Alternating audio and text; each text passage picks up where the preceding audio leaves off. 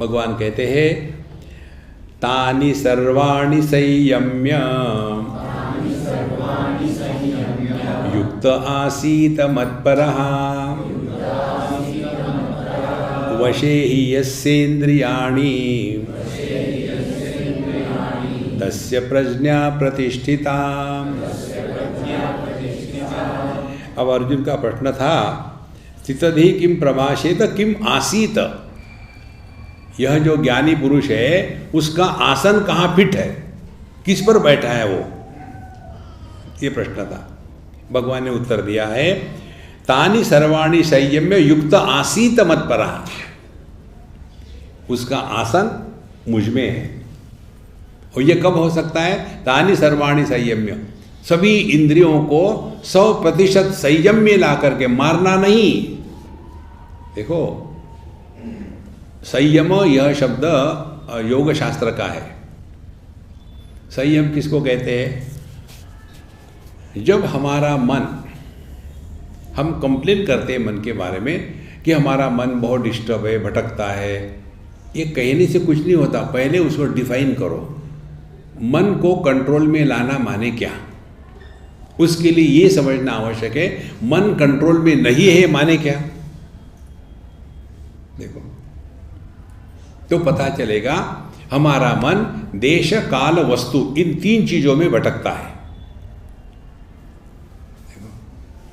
हमने यदि बात करी बद्रीनाथ की तो हमारे मन, अच्छा बद्रीनाथ में आजकल बड़ा ठंडा हो गया, यहाँ विचार आगे जा रहे, आप पहुंच गए बद्रीनाथ। देखो तो हमारा मन या तो देश में भटकता है या तो काल में भटकता है। जाने कहाँ गए वो दिन, जब हम छोटे थे तो वैसा नहीं होता था, जब हम छोटे थे वैसा नहीं होता था, पता नहीं आगे क्या होने वाला है। तो हम या तो देश में भटकते हैं हमारा मन, या तो हमारा मन काल में भटकता है, या तो हमारा मन वस्तुओं में भटकता है। ये वस्तु देखी, वो वस्तु देखी, ये ऐसा है, वो वैसा है, इसे तो वहाँ अच्छा मिलता था, वही ले ले तो ठीक है। तो संयम का अर्थ हो गया जब हमारा मन देश काल और वस्तु इन तीनों में भटकना बंद कर देता है, ऐसे मन की स्थिति को संयम कहते हैं, सम्यक यमः। देखो पतंजलि महाराज का जो योग सूत्र का विषय है ना, उसमें ये बात हम लोग बाईपास कर जाते हैं। यम से शुरू होता है, यम नियम आसन प्राणायाम प्रत्याहार धारणा ध्यान समाधि, उसके पश्चात आता है संयम। तो योग क्या हो गया? चित्तवृत्ति निरोध योग नहीं, योग है संयम। आपकी सभी फैकल्टीज नॉर्मल है, काम कर रही है, आप देख रहे, सुन रहे, बोल रहे, चल रहे, सब कुछ है, लेकिन किसी के भी द्वारा देश काल वस्तु में हम प्रभावित नहीं होते। ऐसा जिसका मन है संयमित मन, इसी को भगवान इसी अध्याय में कहेंगे, कहते हैं या निशा सर्वभूतानां तस्याम जागृति संयमी। देखो 2 बार शब्द आया है। संयमी माने जिसका मन देश काल वस्तु में भटकता नहीं, वही अपने स्वरूप में निष्ठावान है। यही बात जहाँ कहते हैं किस आसन पर बैठ करके ये ज्ञानी पुरुष ठीक रहता है, किमासीत, तो ये उसका आसन है। पहली बात तानि सर्वाणि संयम्य, अब सभी की सभी जो इंद्रिय हमारे हैं 10 के 10, उस पर संपूर्ण नियंत्रण है। ना वो इधर भटकते हैं देश में, ना काल में, ना वस्तु में। कैसे भटकते हैं? By commentary.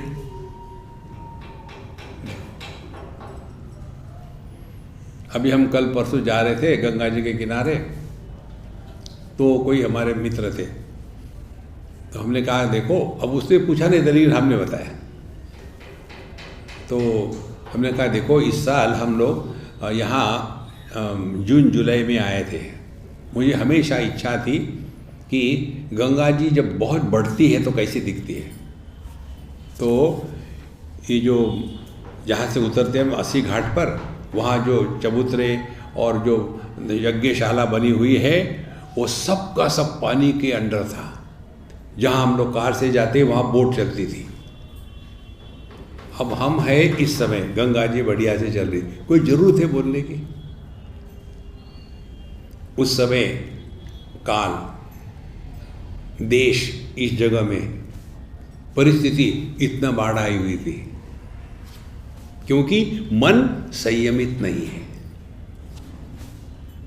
देखो, तानि सर्वाणि संयम्य युक्त आसीत मत्परः। तो फिर कहाँ है उनका आसन? मत्परः, अपने स्वरूप में निष्ठावान होकर के रहे। कौन आया कौन गया, कहाँ आया कहाँ गया, इससे हमको कोई मतलब नहीं, सब ठीक चल रहा है। क्या फर्क पड़ता है? युक्त आसीत मत्परः, तो तानि सर्वाणि संयम्य युक्त आसीत मत्परः वशे ही यस्येन्द्रियाणि, यस्य इंद्रियाणि, जिनके सभी की सभी इंद्रिय वश में है, वशे ही यस्येन्द्रियाणि तस्य प्रज्ञा प्रतिष्ठिता, उसकी बुद्धि कभी डावाडोल नहीं होगी। कितनी सहज बात है। फिजिकली कुछ नहीं बताया आपको कि योगा करो या जप करो या मेडिटेशन, कुछ नहीं बताया, केवल समझदारी को ठीक करना है। जितनी समस्या है ये केवल नासमझी की समस्या है। देखो, इसलिए पहले श्लोक में बताया है पुरुषस्य विपश्चिता, ज्ञान तो बहुत हो गया, लेकिन क्या हम उसको अपने जीवन में उतारने के लिए प्रयत्न कर रहे हैं? तो कैसा प्रयत्न करेंगे?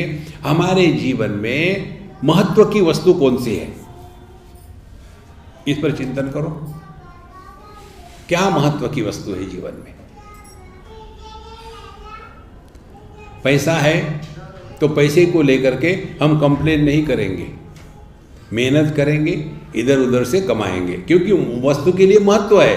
इसी प्रकार से जब हमारे जीवन में अध्यात्म का और अध्यात्म के पहले अपने मन के शांति का महत्व होगा, तब आपका ध्यान दुनिया में भले रहे लेकिन लक्ष्य रहेगा, कहीं अपना मन भटक तो नहीं रहा विषयों में, व्यक्तियों में, परिस्थितियों में, देश में, काल में, कहीं भटक तो नहीं रहा। इसीलिए महाराज दोनों की आवश्यकता है। मन को सब जगह से हटाओ और प्रभु में लगाओ। यदि हम सब जगह से मन हटाएंगे, प्रभु में नहीं लगाएंगे, तो सत्संग में भी सो जाएंगे, क्योंकि मन को हटा लिया। लेकिन कहाँ हटा लिया? प्रकृति में लय हो गया। प्रकृति में लय नहीं होना, प्रकृति में लय होना ये विकृति है। अपने स्वरूप में वापस आना। इसीलिए वशे ही यस्येन्द्रियाणि तस्य प्रज्ञा प्रतिष्ठिता,